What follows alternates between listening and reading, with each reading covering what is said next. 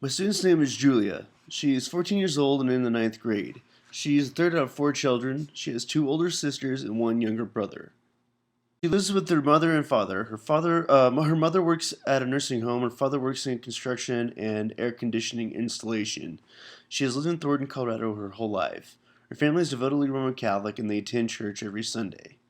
Religious dance for her church. It is a dance that shows faith in the Mother Mary and other saints. They go into the community and dance for parties that honor saints. They wear special costumes, Mexican-style sandals, socks, shorts, bandana, sombrero, traditional blouse, and a special headdress. She used to play soccer but had to quit due to bad knees. She had to quit halfway through last season. Her ambition is to become an immigration lawyer. Work International is an IB, which is an international baccalaureate. It is authorized for the primary years program and middle years program. It has a higher workload, and classes are equivalent to honors courses at other schools. The majority of Thornton, Colorado is a working class, blue collar community. Most of the students have not wandered outside the city limits. The students' perspective reflect an insular Latino work ethic and worldview. the students have The students have expressly voiced that they view that equality is a myth. There's a lot of racial issues at the school. The students prefer lighter skin color, where students with darker complexions are usually made fun of or less valued. My CT and I are constantly addressing these racial issues between our students. Where I'm conducting this interview is in an alcove right outside my CT's classroom. It is a decent-sized round table that the students like to hang out at in between classes. The atmosphere is open and non-claustrophobic. Julie is shy and the interview made her anxious, but she was a willing participant. She's visually passionate about her education and eager to succeed. I can tell that I have more of an authoritative role because her responses are short and only addresses the exact question with no added explanations. Julie has an IEP for reading comprehension. She gets confused when she gets a lot of assignments at once. She feels she's been wrongfully placed in what she terms slow learner classes because, according to her, her mother would not let her be in general education classrooms due to her reading comprehension troubles and how far behind she was in her education. Her mother feels a lot of guilt about this now. Her favorite subjects are science and Spanish. According to her, teachers allow her extra time, but in general, she does not see a lot of class differentiation and use of assistive technology. Interview with Miss Silverman. Miss Silverman is her Spanish teacher. She states that Julie is always on task and participates in class. Uh, Miss Silverman states that Julie does really well. She scored 85% and 90% on assignments and on the two sections that they have done so far. And Julie does all of her homework and turns them in on time. And said that Julie is at grade level and can decode. The issue is that her reading disability hinders her reading comprehension. Julie needs graphic organizers and other assistive technology that help organize her thoughts. One concern Silverman had about Julia is recently Julie had a project and only turned in half of it.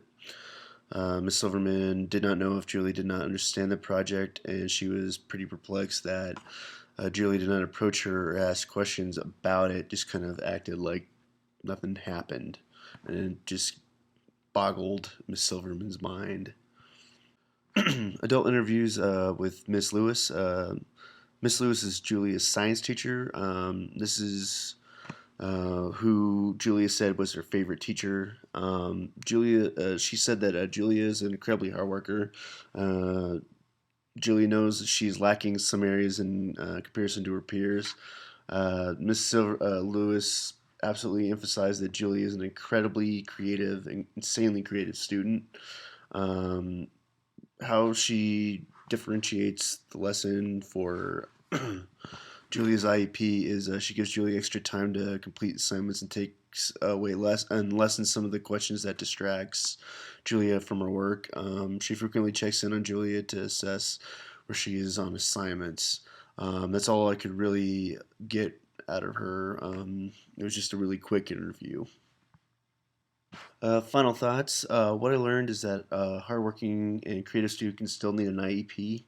There's no cookie cutter um, student that needs an IEP.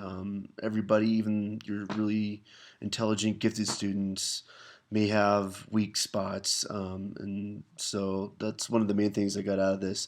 The remaining question I have for Julia as a learner is whether or not her reading comprehension can be heightened to where she does not need the IEP in the future, and what is the process to achieve that goal. One thing I would need to know as her teacher is what is the best way to differentiate her projects, so she does not misplace or only turn in half of the assignments. It seems that I would need to have a good plan in place in order for me to be a good teacher for her in that aspect. Otherwise, she'd be a really good student. No, I was also able to grow and learn to create learning opportunities through seeing how both Miss Silverman and Miss Lewis utilized graphic organizers and extra time to help Julia with her IEP, which is something I plan to implement in my classroom. And finally, Julia impacted me in that I saw how much her teachers appreciated her as a pupil. Both were absolutely um, just happy to have her in their class. That she was a great presence in the classroom, a great leader, and I can relate to having struggles with reading comprehension and feeling frustrated when projects do not make sense.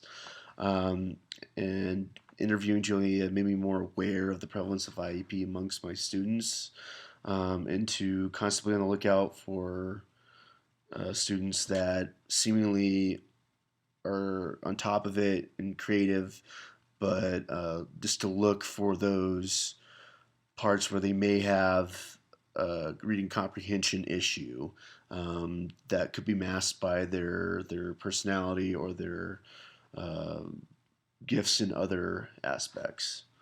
Um, it was a good experience, and I'm glad I did it. Thank you.